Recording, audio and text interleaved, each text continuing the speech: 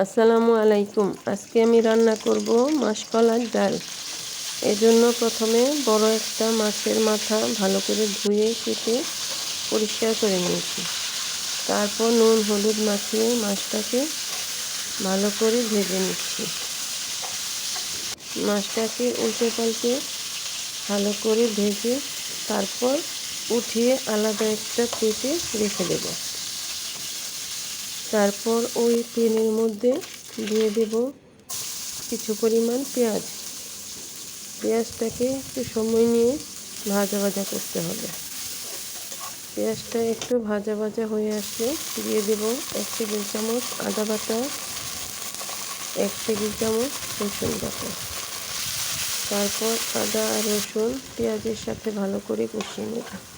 তারপর দিয়ে দেব আগে থেকে ভিজিয়ে রাখা মাসকলাইর ডাল।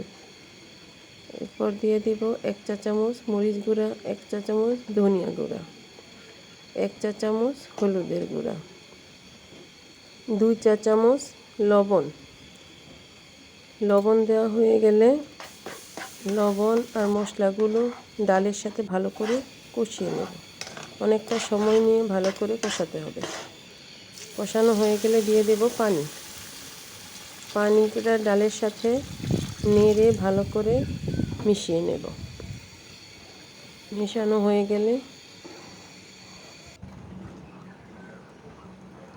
তারপর ঢাকনা দিয়ে ঢেকে কিছু সময় রান্না করব। বলক আসা আগ পর্যন্ত। বলক চলে এসেছে।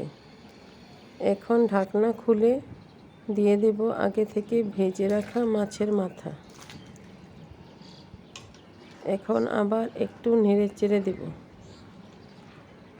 আবার ঢেকে রান্না করব প্রায় 20 মিনিটের মতো।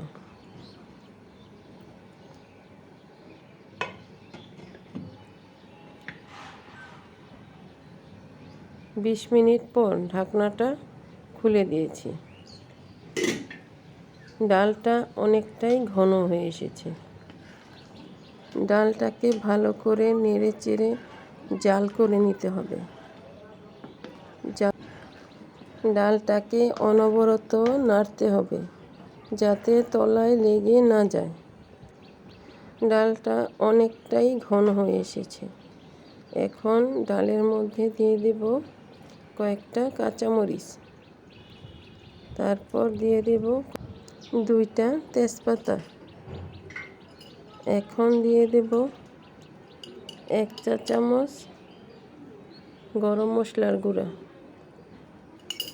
সবগুলো দেওয়া হয়ে গেলে মশলাগুলোকে ভালো করে নেড়ে চেড়ে ডালের সাথে মিশিয়ে নেব।